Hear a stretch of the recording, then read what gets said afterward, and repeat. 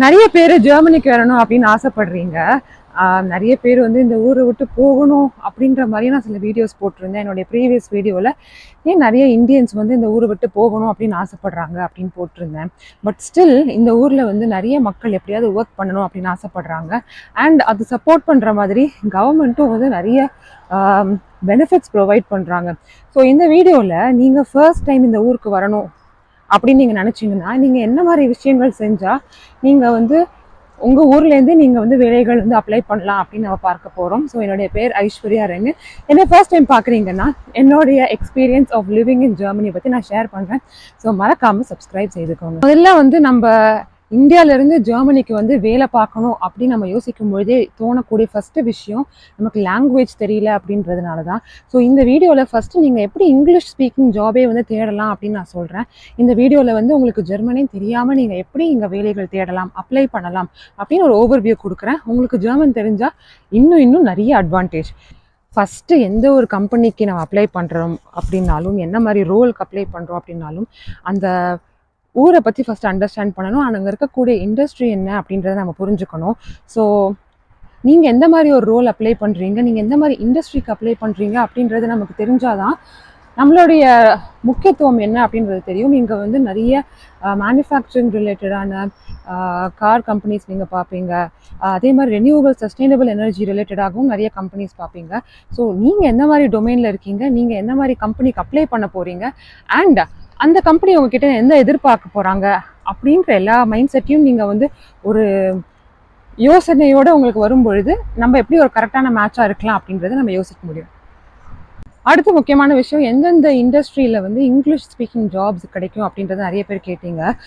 என்னுடைய எக்ஸ்பீரியன்ஸ் வச்சு நான் சொல்கிறேன். நான் பெரிய எக்ஸ்பர்ட்லாம் கிடையாது, பட் என்னுடைய பர்சனல் எக்ஸ்பீரியன்ஸ் அண்ட் என்னுடைய ஃப்ரெண்ட்ஸ் எல்லாம் சொல்லக்கூடிய விஷயங்களை வச்சு எனக்கு தெரிஞ்சதை நான் சொல்கிறேன்.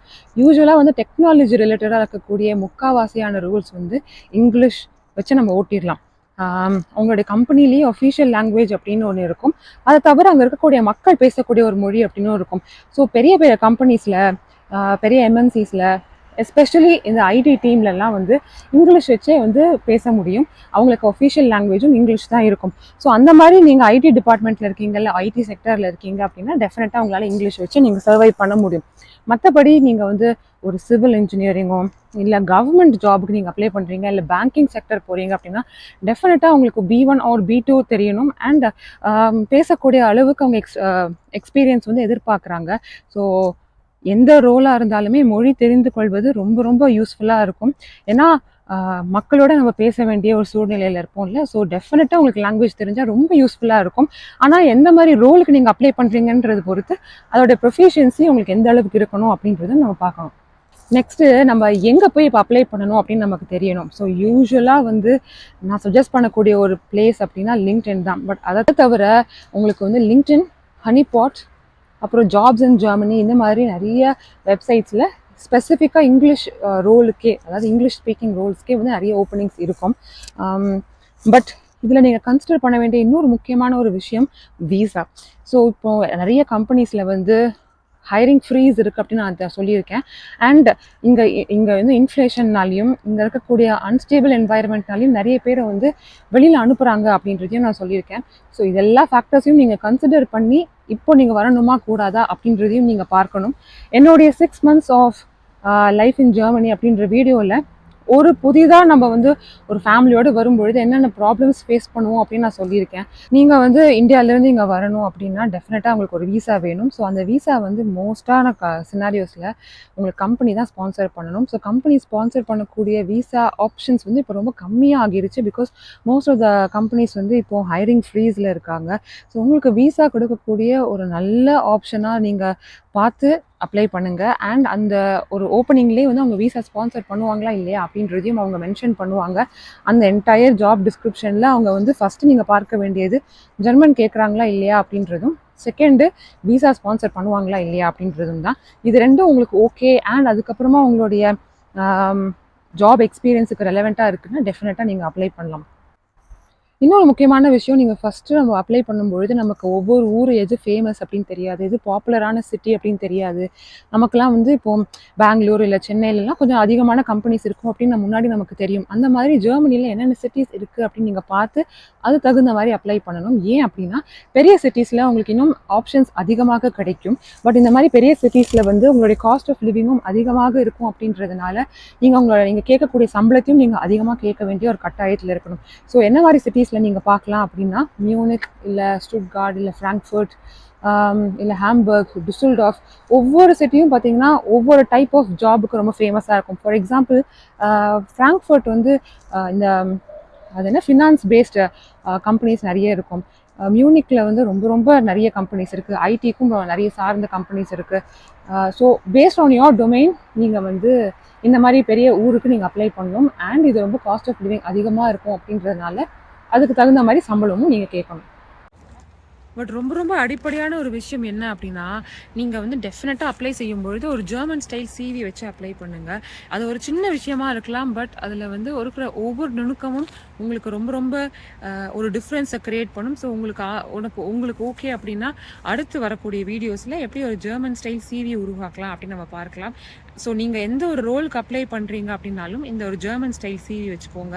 அதற்கு பிறகு ஒரு கவர் லெட்டர் ரெடி பண்ணிக்கோங்க. அண்ட் எந்த மாதிரி லொக்கேஷனுக்கு அப்ளை பண்ணுறீங்கன்னு பார்த்துட்டு உங்களுக்கு வந்து விசா ஸ்பான்சர் பண்ணுறாங்களா அப்படின்னு செக் பண்ணிவிட்டு உங்களுடைய ஜாப் ஸ்கில்ஸ் அது மேப் ஆகுதா அப்படின்னு பார்த்தீங்கனாலே உங்களுக்கு முக்கால்வாசியாக அது வந்து ஒரு நல்ல ஒரு மேப்பிங்காக தான் இருக்கும். ஸோ நீங்கள் அப்ளை செய்யும் பொழுது உங்களுக்கு லாங்குவேஜ் பார்த்துக்கோங்க. அவங்க இங்கிலீஷ் கேட்குறாங்களா இல்லை ஜெர்மன் கேட்குறாங்களான்னு. அதுக்கப்புறம் என்ன ஸ்கில் செட்னு பார்த்துக்கோங்க. அப்புறம் என்ன டொமைன் அப்படின்னு பாருங்கள். அண்ட் என்ன லொக்கேஷன் பாருங்கள். இதை பேஸ் பண்ணி உங்களுக்கு ஃபேமிலி எந்த மாதிரி ஒரு சினாரியோவை நீங்கள் வந்து ரீலொகேட் பண்ண போகிறீங்க, நீங்கள் தனியாக இருக்கீங்களா இல்லை உங்கள் ஃபேமிலியை கூட வர போகிறீங்களா அப்படின்னு பாருங்கள். அதை பேஸ் பண்ணி உங்களுடைய ரோலுக்கு நீங்கள் எவ்வளோ சம்பளம் கேட்கணும் அப்படின்றதையும் பாருங்கள். வரக்கூடிய நான் வீடியோஸில் வந்து என்னென்ன ரோல்ஸுக்கு நீங்கள் எந்த மாதிரி சம்பளம் கேட்கணும் அப்படின்றத நான் சொல்கிறேன். நிறைய எக்ஸ்பீரியன்ஸாக இருக்கும் பொழுது எவ்வளோ சம்பளம் நம்ம இந்தியா ஸ்டாண்டர்ட் படி இங்கே ஒரு 20 லட்சம் வாங்குற இந்தியாவில் இருக்கிற நபர் வந்து இங்கே எவ்வளோ கேட்கணும் அப்படின்ற ஒரு பாகுபாடு நமக்கு தெரியாது. ஸோ அதை அண்டர்ஸ்டாண்ட் பண்ணுறதுக்காக என்ன மாதிரி ஸ்கில் செட்டில் இருக்கிற நபர்கள் எவ்வளோ சம்பளம் வாங்கணும் அப்படின்றதையும் நம்ம பார்ப்போம். ஸோ நீங்கள் ஒரு ரோலுக்கு அப்ளை செய்யும் பொழுது உங்களுடைய லாங்குவேஜ், உங்களுடைய சிட்டி, அதுக்கப்புறம் அவங்க எந்த அளவுக்கு பெனிஃபிட்ஸ் ப்ரொவைட் பண்ணுறாங்க, எவ்வளோ நாளைக்கு ஆஃபீஸ் வர சொல்கிறாங்க, அதுக்கப்புறமா உங்களுக்கு ரீலொகேஷன் பெனிஃபிட்ஸ்லாம் கொடுக்குறாங்களா, அவங்களுக்கு விசா ப்ரொவைட் பண்ணுறாங்களா, இதெல்லாம் நீங்கள் பார்த்து நீங்கள் அப்ளை செய்யும் பொழுது டெஃபினட்டாக உங்களுக்கு வந்து அந்த சக்ஸஸ் ரேட் அதிகமாகத்தான் இருக்கும். பட் என்னுடைய பர்சனல் ஒப்பீனியன், நீங்கள் வந்து ஜாப் சீக்கர் விசாவில் வந்து இங்கே வந்து வேலை தேடுவது அவ்வளோ லாபகரமாக இருக்காது அப்படின்னு நான் நினைக்கிறேன். பிகாஸ் இங்கே சக்ஸஸ் ரேட் அவ்வளோ இருக்கிற மாதிரி எனக்கு ஒன்றும் தெரியல. ஸோ இந்தியாவிலேருந்தே வேலை தேடி இங்கே விசாவோட வருவது தான் வந்து பெஸ்ட் ஆப்ஷனாக இருக்கும் அப்படின்னு நான் நினைக்கிறேன். ஸோ இந்த வீடியோவில் இங்கிலீஷ் பேசக்கூடிய ஒரு ஜாப் எப்படி நீங்கள் இங்கே வந்து தேடலாம் ஒரு எப்படி அப்ளை பண்ணலாம் அப்படின்ற ஒரு பேசிக்கான சில பாயிண்ட்ஸ் நான் சொல்லியிருக்கேன். உங்களுக்கு டெஃபினட்டாக இது யூஸ்ஃபுல்லாக இருந்திருக்கும். இதை தவிர உங்களுக்கு என்னென்ன பாயிண்ட்ஸ் உங்களுக்கு தோணுது அப்படின்னு கீழே கமெண்ட்ஸில் சொல்லுங்கள். என்ன மாதிரி நிறைய பேர் வந்து இந்தியாவிலேருந்து ஜெர்மனி வந்திருப்பீங்க. நீங்கள் எப்படி வந்து இந்தியாவிலேருந்து வேலை அப்ளை பண்ணி நீங்கள் வாங்கினீங்க அப்படின்றத கமெண்ட்ஸில் ஷேர் பண்ணும்பொழுது எல்லாருக்குமே ரொம்ப ரொம்ப யூஸ்ஃபுல்லாக இருக்கும். ஸோ இந்த வீடியோ உங்களுக்கு யூஸ்ஃபுல்லாக இருந்திருக்கும் அப்படின்னு நினைக்கிறேன். If you really like it, like, share and subscribe. அடுத்த வீடியோவில் சந்திக்கும் வரை டேக் கேர் அண்ட் பை.